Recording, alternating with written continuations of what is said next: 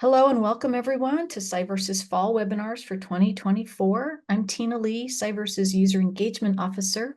Today we're pleased to host our webinar on data management for machine learning AI projects using CyVerse, presented by Nirav Merchant.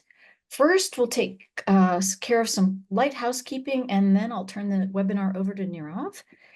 Our webinar today is a little over 30 minutes long, with time for your questions at the end of his presentation. Please open the Zoom chat window and type your questions there for Nirav to address afterwards. As always, we do record these webinars, and I'll post the video recording to both our website and to CyVerse's YouTube channel probably later today so that you can review it at any time. Now I'm pleased to introduce Nirav Merchant. He is the director of the University of Arizona's Data Science Institute and the principal investigator of CyVerse. For the past 3 decades at the University of Arizona, his research has focused on the development of scalable computational cyber infrastructure in support of open science projects. His work is primarily directed towards reducing the socio-technical barriers to adopting emerging advances in computational and information sciences by the domain sciences. Welcome, Nirav. Thank you, Tina, and thank you everybody for joining. Just sort of a quick background for those of you who are not familiar with CyVerse. We've been around 16 years, so we are definitely getting out of our teen years soon. We have a large community of users, about 127,000, and that number keeps increasing. There's a lot of training that we do, and what we do is make sure labs that produce data can manage it in an efficient way and then make it easy to be shared with others that are wanting to do the analysis or can provide analysis capabilities. And then together they produce output that,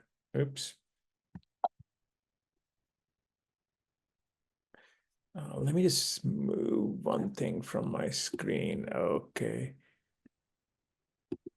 All right. And so together they provide a lot of training, which allows other researchers to replicate what is happening. In terms of data, at this point, we are managing, or our users are managing 14 petabytes of data that's spread over many places. And there's a lot of nice output and products that our users create, and they build their own communities of collaborators. So CyVerse has a deep history in making technology that's complex usable by many, right? So what am I going to cover today? I'm going to talk about what makes an AI ML project unique and different from traditional projects, and where does the data engineering and data management come together. And the reason I've separated out the engineering part is there's a lot more deliberate work that goes into machine learning projects that traditional projects that don't have ML have to deal with. And then how do you design a data campaign, especially in academic settings, because most of our users are from academia, and we only have that much budget, that many resources, and we have to be able to use what NSF is providing, what the university is providing. And so we have to stitch together different things to build a data campaign. And then once we produce something, how do we share it and how do we publish it? Because many of these projects now enter into a size that and scale of data that we normally are not used to. So here's a data lifecycle for an ML AI application. This comes from a very nice paper. Excuse me, I'm not seeing your screen. You're not seeing my screen? Anybody else not seeing near our shared screen? I can see it. Huh, okay. Are you on the meeting tab as opposed to Nirav Merchant's screen tab? Yeah, you're right. There we go. Okay, I'm sorry. But Okay. I'm seeing you're not in Yeah. presentation mode. There we go. Okay, thank you. Sorry about that. Tina, I got caught up in the same thing. Zoom updated, and I was like, where is that button? So, yeah. So this comes from a very nice paper. I've put the link below, and the slides will have it, where data management for machine learning, and they surveyed some of the tools and the processes. So it's common to find raw data. The input comes from different flavors of text file or images or audio. It varies differently for your machine learning project, and you sort of go into this pre-ML data preparation step where you will do data discovery. You're going to try and find some of it. You will then understand what the attributes are, what is missing, what is not missing. Some of the data comes in forms of tables. If it's images, the metadata will also come as a separate entity, or sometimes it's embedded in the data. And then you spend a lot of time doing data cleaning, which somehow most people feel is magic and just happens, but is possibly the place you're going to spend a lot of time and understanding what the outliers are. You're going to write different tools to understand your data, because there will be very little ready-made tooling that you can just throw at it. And so you will have a place where you're understanding what is not fitting within your data and why you should or should not include that in the next step. And data labeling in itself, and often in traditional data management, you would call it curation, or cleaning it up so that it is usable by others. And so the data labeling step is a big piece. And nowadays, we can use machine learning itself to do data labeling. And if we have time, I'll give you some examples of how we are using it. But often people rely on crowdsourcing or our students or active learning methods to annotate that data and then put labels on it such that we can then use those labels for doing the machine learning parts that we want to. And then once we have the labeled data, then we have to understand, how are we going to select the features? How are we going to build the model? Many things that go with it, and that pipeline of what will it be? How will we make it task parallel? Will we be able to finish it in a certain time? And so those are the things that are sort of purely in the machine learning realm that I'm not going to talk about much today. And then you come out with your model, which is, model weights or some sort of output, which is then what you do your inference on. And so that deployment and serving and sharing is the big piece, which sort of creates the user-facing content.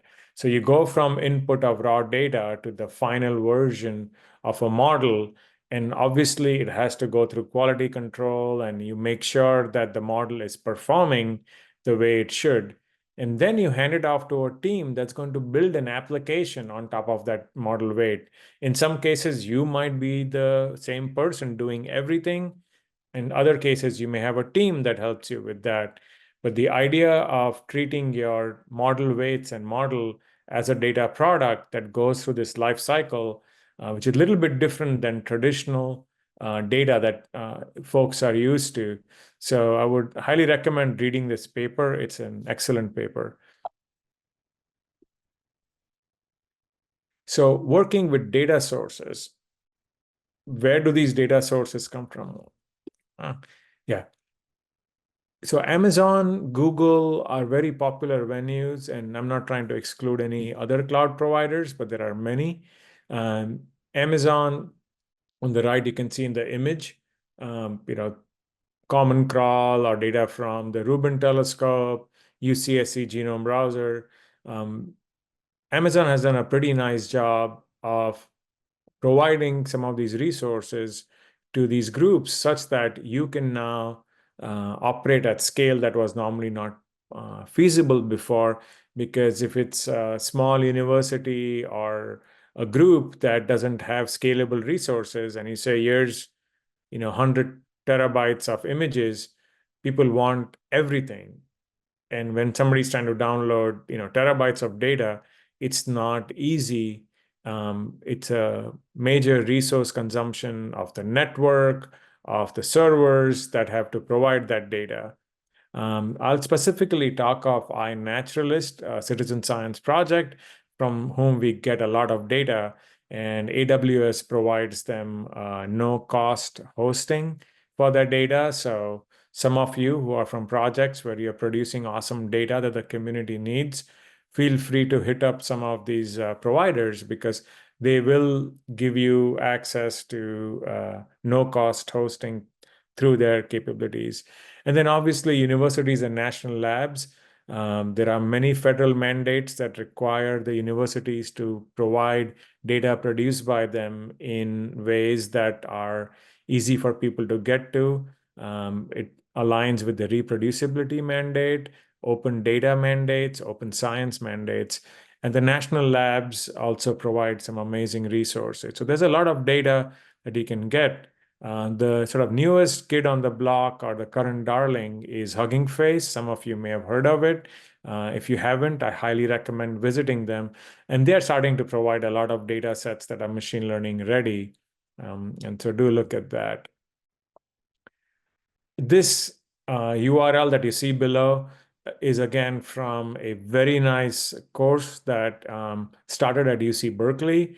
And they have an excellent lecture on data management that I would suggest looking through. And this is one of the slides where they took these tweets. And if you read them, and I don't expect you to read all of them, but junior machine learning or early folks who are starting with it, they are not interested in building data sets. But in reality, that is what is a major effort for many of us who work in this space. Not everybody is sitting and pontificating on the pipeline that produced the model. There's a lot of grunt work that has to be done, and each group has to produce a data set to do the machine learning. There is no magical data set that has everything that will work out of the box. Half of your work is going to be that. And then people just feel they need GPUs, but they forget they need CPU and networking capabilities. Your laptop and Wi-Fi from home is not going to let you go on the data campaigns that you need.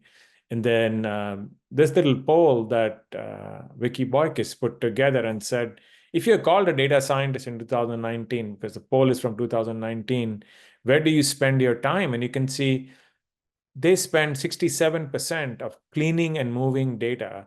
And I often call this data janitorial services. So you are going to spend time doing data janitorial services, and be prepared for that, because what they show you in ads and TV and blogs of other people is just trying to make it sound super sexy. But end of the day, it's meat and potato work that will get your MLAI work done. So the reality of like going from the raw data to data sets, your data will come from many sources.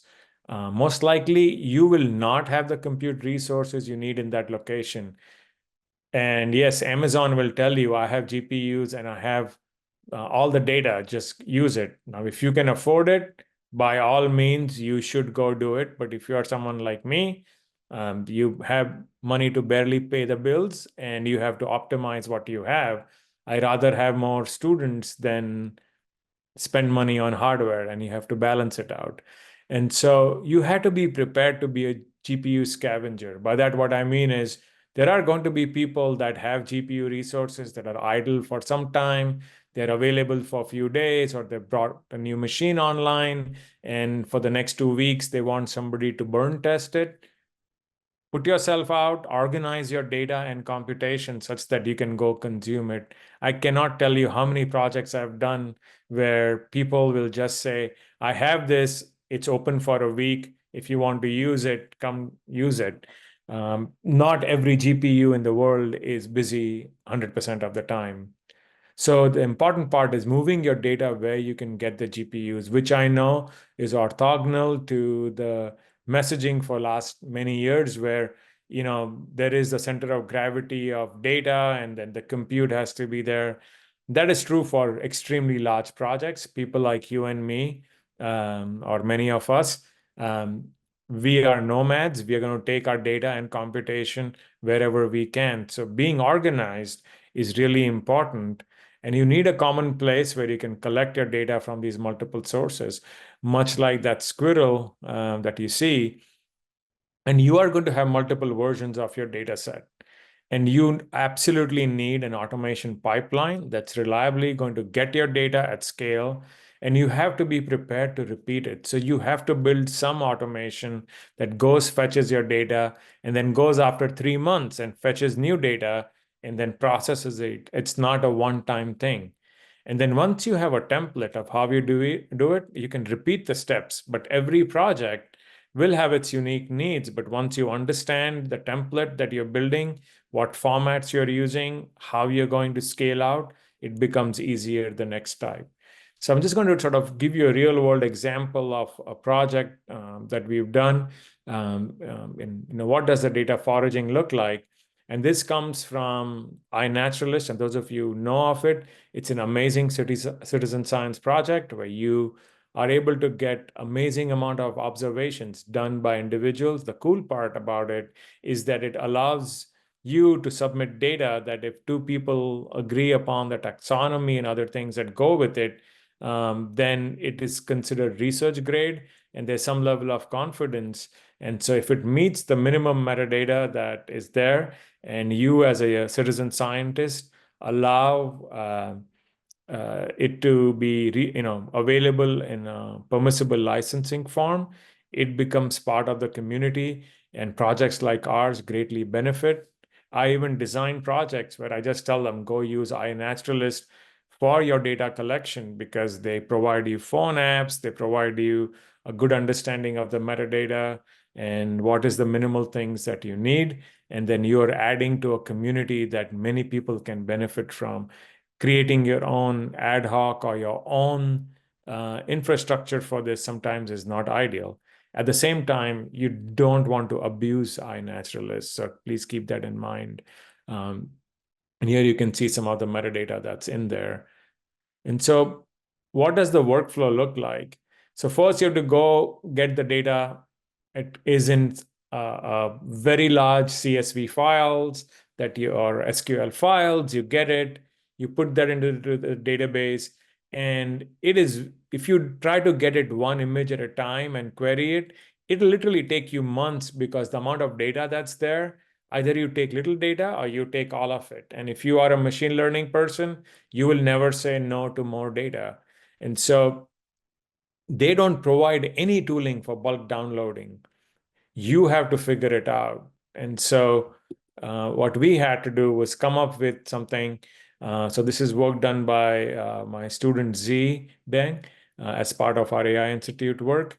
And he took Python, which is standard, SnakeMake, which is the workflow engine, Conda for some reproducible environment.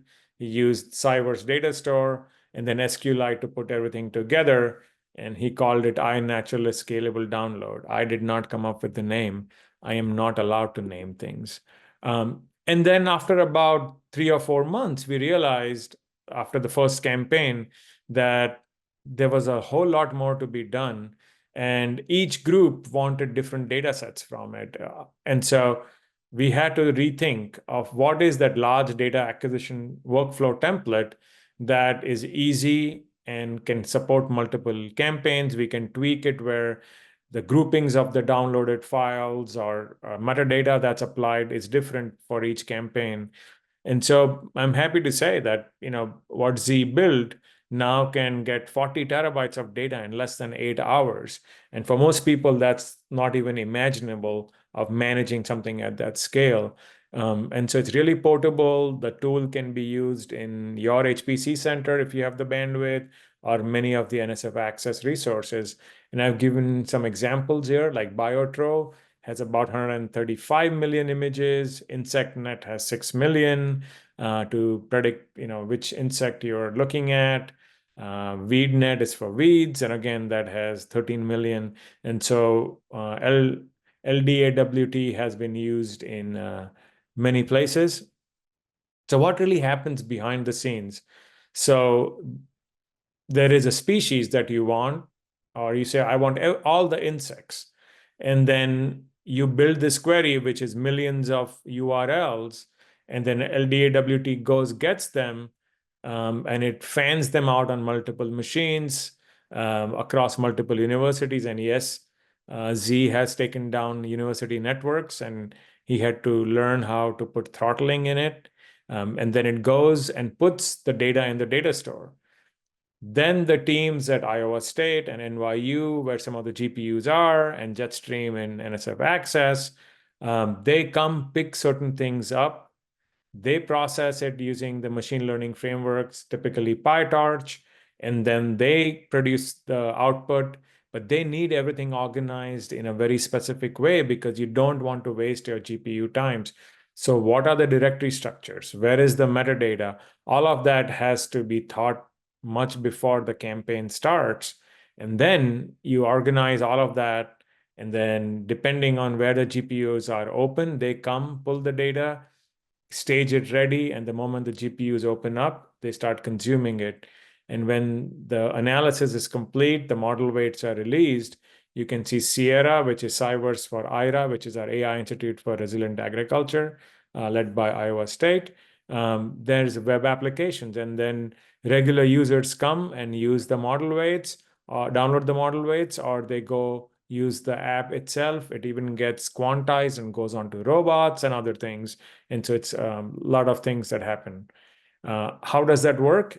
The data store, which is built on iRods, provides that abstraction and access. I won't go too much into details, but it'll also make sure that the teams that are allowed to see it can see the data, and we are not just violating some of the permissions that come with data. Some of the data sets you cannot make public, but you can use it for AI.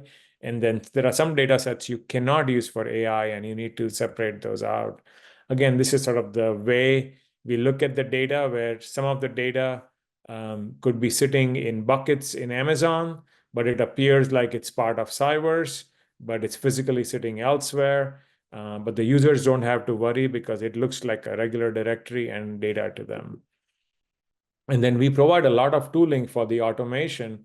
So if they want to use command line, they want to write Python routines, they can go get the data and work with it. And when it's a large data set, you can actually ask it to open that data and pull things out from within it without downloading, let's say, 100 gigs of data and only needing 1 megabyte from it. You can say, give me this megabyte from that large data set.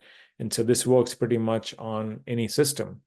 It's really important to understand cloud native formats. And I put the word data lakes because lately a lot of academic groups have been asking me, I want to build a data lake because that is very popular, or I would say was very popular in industry. And now certainly academia wants one, especially if you have a little bit of money.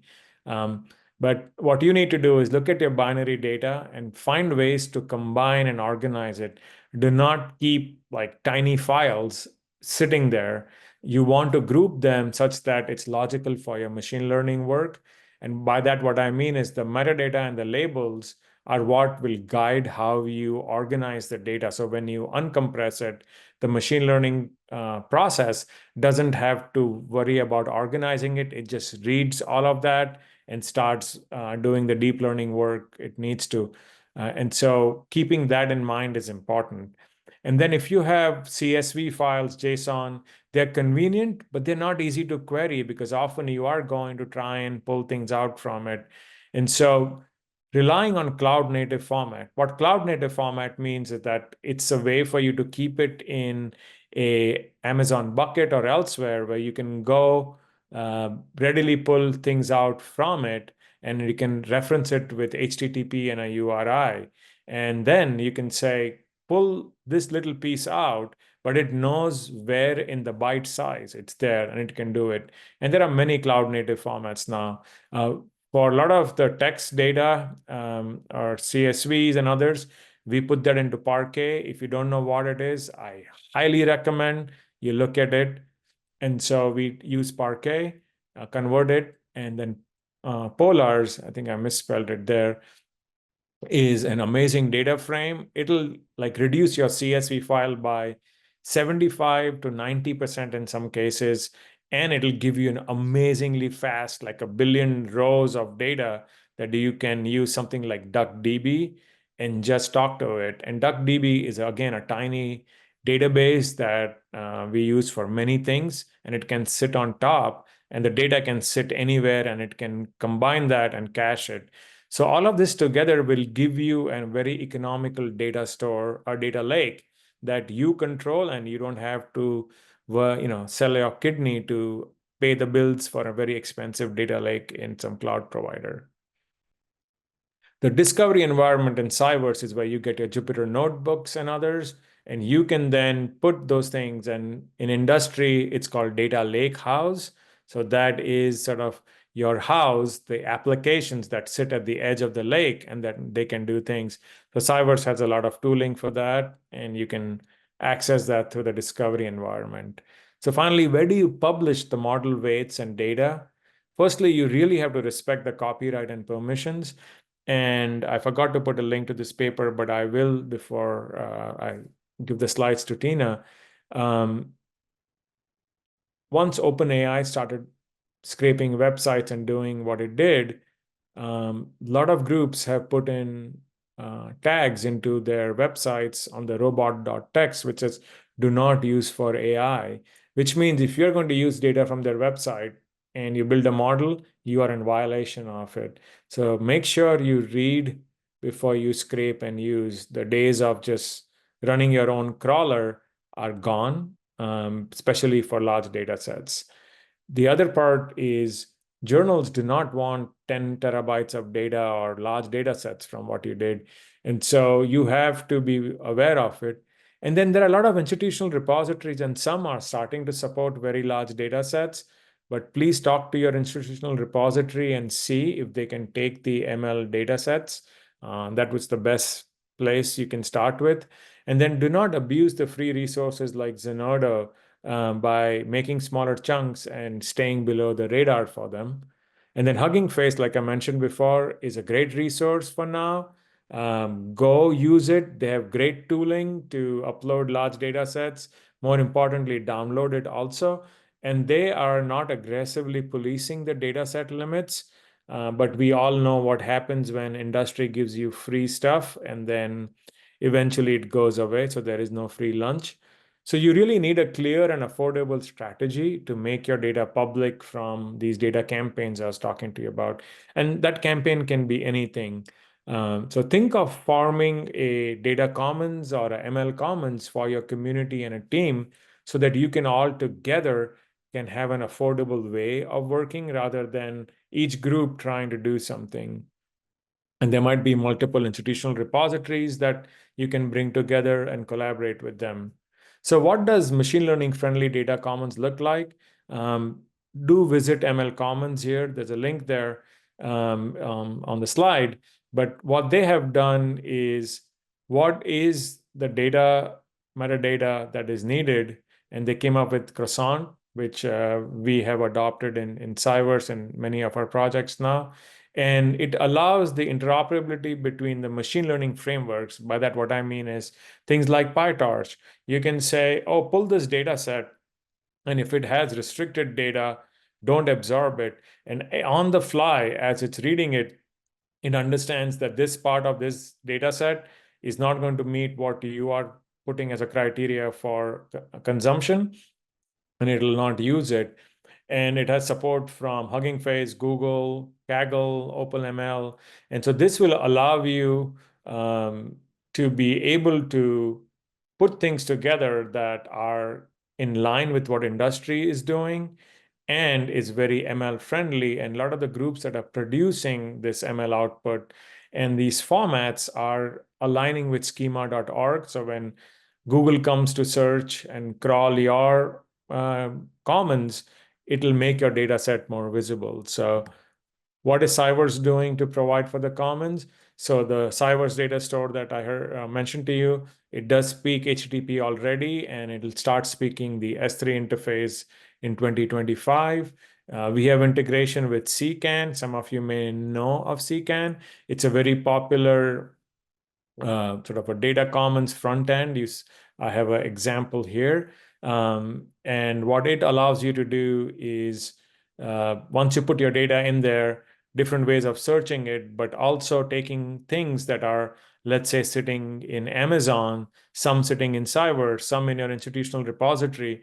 You can connect all of them and provide a unified view to your community so that they don't have to go to 3 places to get it, but all the metadata is extracted and put in one place, which is CCAN. And some popular websites that you may be familiar is data.gov is a CCAN. And so it's a very nice piece of software. do check it. And then we have tools that are automatically converting metadata that we already harvest as part of CyVerse and then make it croissant compliant. And then we provide tooling. You see some screenshots here, work done by our high school student Tanmay over summer, and now slowly moving that to production this semester, where you can see it can convert croissant to JSON or DCAT JSON so that it is meeting the data requirements, metadata requirements for your project. So with that, I will end, and I want to give special thanks to the CyVerse data engineering team, the cloud native team, and all the software engineers, and then our collaborators at Iowa State, NYU, and Indiana, and TAC. And special thanks to University of Arizona Research Computing Group and the Network Ops and Security, because when we were building these tools, we did take down the network for everyone, which I know gave Z a lot of anxiety over time, but these things happen when you're doing research. So thank you for all the resources the University of Arizona and others have provided. And if you have questions about any of this, or you're designing a project and you need ideas, feel free to reach out to me. So with that, I will stop and take any questions. Hi, Nirav. I also put in the chat the Jetstream 2, if you want to talk about that. Absolutely, thank you. So yeah, one thing I would like to mention is Jetstream has a AI Fellows program. Tina has put a link to it. I would highly encourage you all to look at it. They are taking applications till end of October, but the fellow program starts in January. And this could be students or faculty. Special consideration will be given to early career and faculty coming from MSI and other institutions where they are under-resourced for AI/ML tools.